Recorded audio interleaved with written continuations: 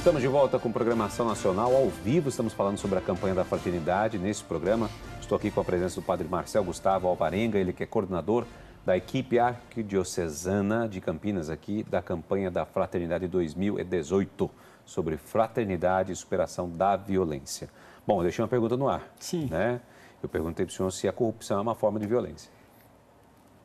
E uma forma gravíssima de violência, porque como eu dizia, toda violência, ela nos viola, né? Ela tira a nossa integridade, e a corrupção, ela tira a integridade a nível estratosférico, se a gente for pensar no que tem acontecido no Brasil. Aí o documento também vai nos dizer de 3 fatores que tornam agravantes, né, da violência. Primeiro, a ação ou a falta de ação, a omissão do poder público. Então, as pessoas que devem fazer alguma coisa não fazem o que devem fazer e acabam fazendo o que não devem. Então, o dinheiro que devia ir para a educação, que devia ir para a saúde, acaba indo parar em malas, em contas na Suíça, em bens materiais diversos. Então, esse é um primeiro dado. Enriquecimento ilícito, né? Exatamente. Aí o outro, a questão do poder do dinheiro. Será que uma pessoa rica é julgada da mesma forma que uma pessoa pobre? Não. Se a gente for, de novo, fazer uma pesquisa nas cadeias, nas penitenciárias do país, vamos perceber que a grande maioria do pessoal que está lá detido não é gente que vem da classe média alta, vem da classe baixa, miserável. Porque a gente acompanha todos esses escândalos, quantas pessoas sendo pegas, como nós dizemos, né, com a boca na botija, com malas e malas de dinheiro, com todas as provas de que é, como você disse, né, um enriquecimento ilícito, não devolve o dinheiro, a pessoa não é presa e continua elas por elas.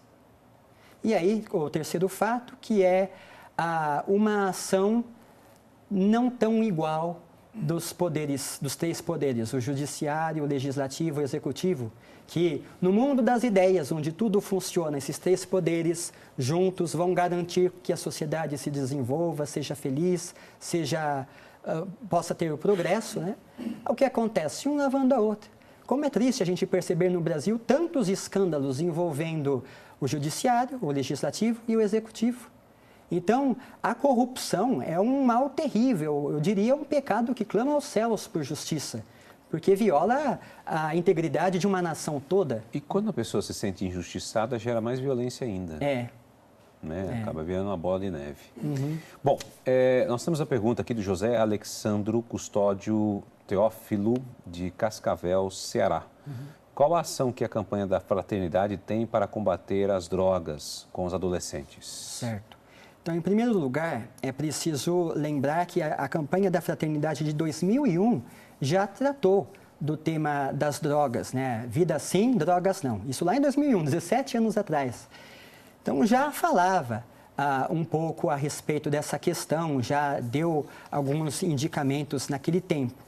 Agora, se nós formos pensar hoje, 2018, não só para essa questão das drogas, mas também questão de outras violências, uma das primeiras ações lá no bloco do Agir do documento vai dizer que é preciso que nós entendamos e passemos para frente a ideia de que a vida é bela, a vida é boa.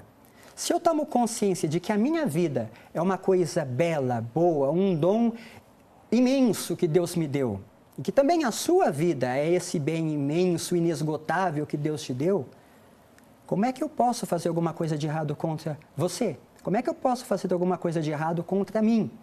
A primeira coisa que nós precisamos aprender a fazer é isso, reconhecer que nós não precisamos de coisas externas para que a nossa vida seja boa. E isso, não sei se nos outros estados tem, mas aqui em São Paulo tem aquele programa do PROERD, Programa Educacional de Resistência às Drogas, que fala justamente disso. Você é uma pessoa boa, falando isso para as crianças, para os adolescentes. Você é bom, você tem qualidades, você não precisa recorrer às drogas para ser feliz. Então, já começa a alegria do Evangelho nisso daí, de nós reconhecermos que a nossa vida é boa, a vida dos nossos irmãos e irmãs também é boa, é um dom e precisa ser respeitado como tal. Sim. Até tem aqui, olha, um dado curioso. Das 10 cidades mais violentas, padre, só para a gente poder complementar nosso bate-papo aqui, das 10 cidades mais violentas do país, em 2017, 9 delas estão no norte e nordeste. Das 10 cidades mais violentas do país, 9 delas estão no norte e nordeste. Altamira, no Pará, foi a primeira com uma taxa de 107 homicídios por 100 mil habitantes, né? A gente às vezes acha, porque a gente só acompanha muitas vezes, não é isso, o Rio de Janeiro e tudo mais, porque a mídia divulga demais, né? Bastante o Rio de Janeiro, né? Sim.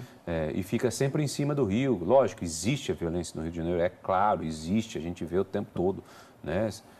Muita gente já morreu este ano aqui, crianças morrendo com bala perdida, né? Infelizmente, né?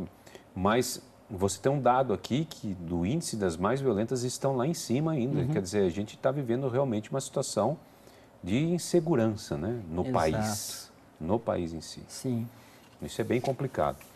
E eu queria falar aqui um pouquinho, chamar um VT da ministra Carmen Lúcia, que ela é presidente do Supremo Tribunal Federal. Ela foi convidada pela CNBB a participar do lançamento da campanha da fraternidade deste ano. Vamos ver o que ela falou? Quando eu era menina, eu cansei de ouvir minha mãe ponderar que se eu tivesse algum problema, eu chamasse um adulto por perto. O problema mais provável seria, numa cidade do interior de Minas, um cachorro bravo, um rio que recebesse uma enchente, enfim, uma revolta momentânea da natureza. Hoje, eu vejo mães e professores alertando filhos e alunos para desconfiar e temer um ser humano que se aproxime da porta da escola.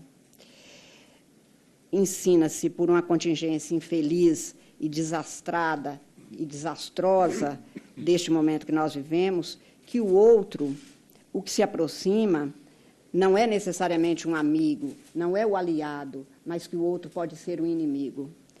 E eu fico me perguntando que sociedade semeamos quando a desconfiança e a violência contra o outro é o que se prega e o que, pelo menos, se põe como uma semente que pode florescer, fazendo do outro, não o seu irmão, mas alguém que é preciso combater. Tá aí as palavras, né? Muito boas da ministra Carmen Lúcia, né? Bem colocado mesmo a respeito do que ela falou agora, né, padre? Sim. Olha, e até seguindo um pouco isso daí, o Otair da Costa Ferreira, aqui de Campinas, interior de São Paulo, ele faz uma pergunta. A respeito do tema da campanha da fraternidade sobre a violência, como o cristão deve agir e combater a violência? Aí nós vamos, no documento, tanto na parte do julgar quanto já partindo para o agir, vemos o exemplo de Jesus Cristo, né? O centro do Novo Testamento, o centro da nossa fé. O exemplo que ele nos deu. Ele que sofreu toda a violência e não respondeu com violência. Ele, como nós vemos nos textos, até mesmo do Antigo Testamento, quando a gente pega Isaías 52, 53, que é o texto da Sexta-feira Santa, ele assume as nossas dores, ele carrega as nossas culpas e vai de encontro à morte como uma ovelha diante do matadouro. Eu brinco nas palestras que eu tenho dado, de que Jesus na cruz, depois de tudo o que aconteceu com ele, foi chicoteado, foi cuspido, foi escarneado, coroado de espinhos, carregou a cruz, foi pregado, o povo todo tirando o sarro dele, ele poderia ter dito, Senhor, manda todo esse povo para o inferno, porque olha o que eles fizeram comigo. E o que ele faz é o oposto, Pai, perdoa, porque eles não sabem o que fazem. Então Jesus, ele transforma a violência sofrida em um ato de amor. Aquilo que ele fala no Evangelho de João, ninguém tira a minha vida, eu dou a minha vida livremente. E quando nós vemos também, no contexto do Sermão da Montanha, em Mateus, Jesus nos ensina a fazer a mesma coisa. A ideia de que, se alguém quer roubar o seu manto, dê a túnica também. Bateu no lado direito, dê o esquerdo também para bater. Te obrigou a caminhar 1 quilômetro, caminha 2 com ele. Então, ao invés de nós nos vermos como vítimas, tadinho de mim porque eu apanhei, tadinho de mim porque eu sofri violência, e o outro é o demônio porque me violentou, porque me bateu, é eu oferecer isso como oferta de amor e agir com fraternidade. E aí, mesmo dentro desse do contexto aí do Sermão da Montanha, Jesus vai nos dizer, orai, né, amai os vossos inimigos e orai pelos vossos perseguidores. Tem muita gente que reza pelos perseguidores, mas dizendo, Senhor, mata ele, manda ele para o inferno. E não é desse jeito. Eu quero vingança. E aí eu costumo falar para o povo, lá na paróquia, que a nossa oração pelos inimigos deve ser, Senhor, converte o coração dele para que ele não faça para ninguém aquilo que ele fez para mim, e converte o meu coração para que eu não guarde nenhum rancor, nenhuma mágoa dele. E assim Jesus, daí Paulo vai nos dizer que Jesus destruiu em seu próprio corpo a inimizade. Jesus não destrói o inimigo, ele destrói a inimizade. Se eu tenho alguma coisa contra você, Júnior, seja porque você é de outro time ou de outro partido, o que eu preciso acabar, o que eu preciso eliminar, não é você. Eu preciso eliminar essa coisa ruim que há entre nós. A partir do momento que eu elimino o que há de ruim, eu percebo você como meu irmão, você me percebe como seu irmão. Então, é essa a ideia que nós precisamos fazer. Trabalhar, tirar a violência a partir da fraternidade, a partir da oferta livre e amorosa que nós fazemos de nós mesmos. Mais uma pergunta aqui, o Valdecir Aniceto Cardoso, de Campinas, também, interior de São Paulo. Como você, padre, está sentindo a recepção das pessoas nas igrejas a esses encontros? Em relação à campanha, né? Tenho sentido um interesse muito grande, até porque a campanha da fraternidade desse ano, de certa forma, tem a ver com aquilo que todos nós sofremos. Violência, eu acho que é impossível achar uma pessoa que não sofreu violência, sim, ou que praticou, ou que conhece alguém do círculo íntimo de amigos ou familiares que sofreu. E como eu dizia, a violência não é só a bala, a faca, mas todos esses outros tipos, a violência moral, a violência verbal, a violência simbólica. Então, por conta disso, eu acho que as pessoas estão buscando realmente conhecer o que a nossa fé nos ensina, para que a gente realmente reverta o que está acontecendo no mundo, né? Todo esse clima violento que nós vivemos. Bom, a gente precisa ir para um rápido intervalo, enquanto isso você vai ligando para nós, tá, gente? Nós vamos para o último bloco, dá tempo ainda de responder suas perguntas. E no próximo bloco eu vou colocar aqui o que o Papa falou a respeito da campanha da fraternidade aqui no Brasil. Nós vamos para um rápido intervalo e voltamos já.